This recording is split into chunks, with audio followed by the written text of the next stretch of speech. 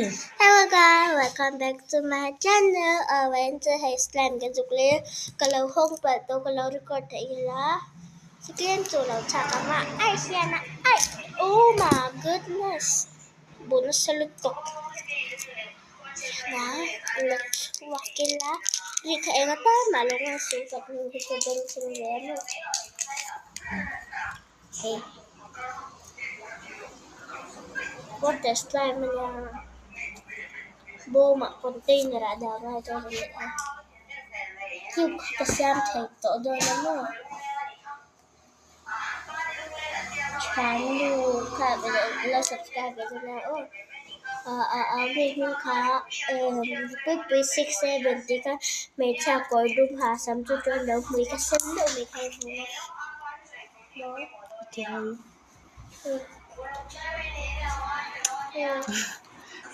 kan hu tanga au kan are to lo cha mo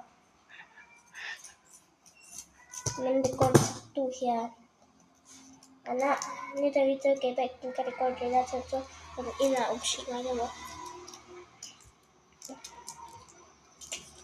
yana ya Allah harve kita nak cakap dah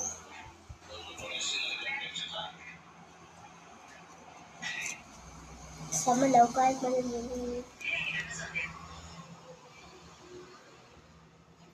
bye guys nanti nak kan thêm cho con xem hơn rồi nha bye bye